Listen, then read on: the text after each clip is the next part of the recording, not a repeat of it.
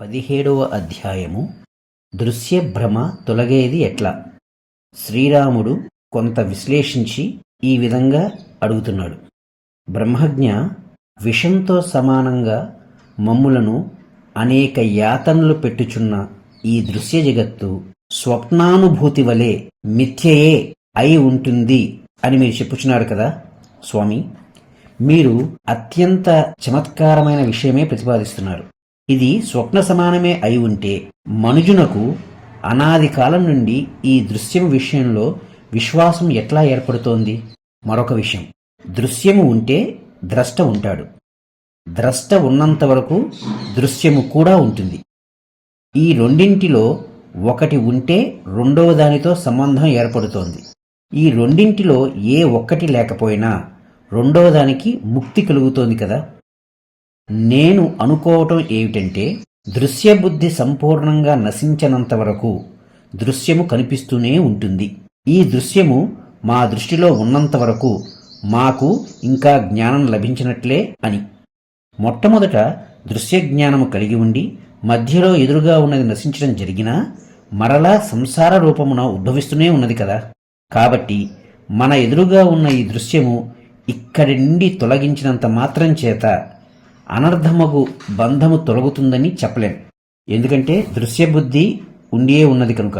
గాఢ నిద్రా సమయంలో దృశ్యము ఉండదు కనుక జీవుడు దృశ్యరహితుడు అయినట్లే. కానీ నిద్ర లేవగానే మరలా దృశ్యభావం వచ్చిపడుతోంది కదా. కనుక ఈ దృశ్యములోని వస్తుజాలము నశించడం చేత గాని, వీటిని వదలి మనం ఎక్కడికో వెళ్ళిపోవటం చేత కాని ఈ దృశ్యబుద్ధి ఉన్నంతవరకు బంధము తొలగదు. ఈ దృశ్యబుద్ధి ఉన్నంత వరకు దృశ్యబంధము తొలగదు. అది మన సమస్యకు సమాధానం కూడా కాదు. ఇంకొక విషయం ఏమిటంటే, అద్దం ఎక్కడ ఉంటే అక్కడ అది ప్రతిబింబాన్ని గ్రహిస్తూనే ఉంటుంది కదా. చిద్వస్తువు అనే అద్దం ఎక్కడ ఏ స్థితిలో ఉంటే అక్కడ స్మృతి నుండి జనించే సంసార సంస్కారం ప్రతిబింబం అవుతూనే ఉంటుంది. అసలు ఈ దృశ్యము ఉత్పన్నమే అయి ఉండలేదు. ఇదంతా వాస్తవానికి లేదు అను మీరు చెప్పినటువంటి వాక్యం సత్యమైన అసత్యమైన దృశ్య దృష్టి లేక దృశ్య బుద్ధి గల మా పట్ల నిరర్ధకమే అవుతున్నది. దృశ్యరాహిత్యము అను నిష్కల్మషమైన మనస్థితి ప్రాప్తించినంతకాలం ముక్తి అసంభవమే అవుతోంది. కానీ ఆ దృశ్యరాహిత్యం ఎలా సాధించడం? కనుక ఓ ఆత్మవిద్వరా, మా యొక్క ముక్తిని అరికట్టుచున్న ఈ దృశ్యభావం లేక దృశ్యబుద్ధి తొలగిపోవటం ఎట్లా? అట్టి సంయుక్తులు మాకు ఉపదేశించండి. అప్పుడు వశిష్ఠ మహర్షి ఈ విధంగా స్పందిస్తున్నారు. ఓ రామచంద్ర, సర్వాత్మకమగు ఈ జగత్తు అసత్యమై ఉండి కూడా సత్యము వలె ప్రతిభాసిస్తోంది. దీని విధము ఎట్టిదో నీకు కొన్ని దీర్ఘమైన కథల ద్వారా తెలియజేస్తాను. ఈ చెప్పబోవు కథలన్నీ ఇతఃపూర్వమే వర్ణించబడ్డాయి. వర్షపు జల్లు పడితే ధూళి గాలికి లేవదు కదా. ఈ కథలు చక్కగా విను.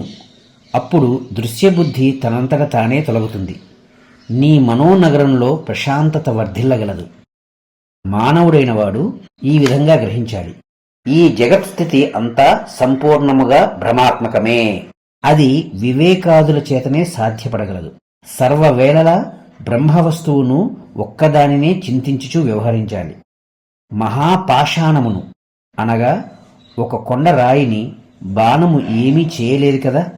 బ్రహ్మభావమును అలవర్చుకుంటే ఇక అప్పుడు ఈ భావాభావములు, స్థూల సూక్ష్మాది భ్రమలు, స్థిరాస్థిర సంకల్ప వ్యవహారములు నిన్ను ఏమీ చేయలేవు. ఓ ప్రియరాఘవ, ఆత్మవస్తువు ఒక్కటి మాత్రమే ఉన్నది. దాని యందు ఇక ఎట్టి వికల్పములు లేవు. అట్టి ఆత్మవస్తువునందు ఈ జగత్తు ఎట్లు ఉత్పన్నమైనదో గ్రహిస్తే అంతా నీకే అవగతమవుతుంది. ఈ ఉత్పత్తి ప్రకరణంలో జగత్తు ఎట్లు ఉత్పన్నమైనది అనే విషయం విచారించబోచున్నాము. ఓ ప్రియతనయులారా, అమృతానంద స్వరూపులారా, సర్వజనులారా, ముందుగా ఒక విషయం నిర్ద్వంద్వంగా నిస్సందేహంగా లోకమునకు ప్రకటిస్తున్నాను, వినండి. ఆత్మవస్తువు నుండే స్థావర జంగమాత్మకముగు ఈ జగత్తు అంతా విజృంభిస్తోంది. ఆ మహదాత్మయే ఈ చక్షువులు, మొదలైన ఇంద్రియములచే ప్రాప్తిస్తున్న నామరూపములతో కూడిన బాహ్య దర్శనము అగుచున్నది. అదేవిధంగా అదే సమయంలో అంతరింద్రియ గ్రాహ్యముగు మననము మొదలైన పదార్థముల రూపముగా కూడా ప్రకాశించుచున్నది. మరల అదియే ఒకానొకప్పుడు తన యందు తానే లీనమగుచున్నది. అప్పుడు వృత్తిరహితముగు ఆత్మైకత్వమును ప్రకటిస్తోంది. అట్టి ఆత్మ భగవానునికి ఇవే మా ప్రణామములు.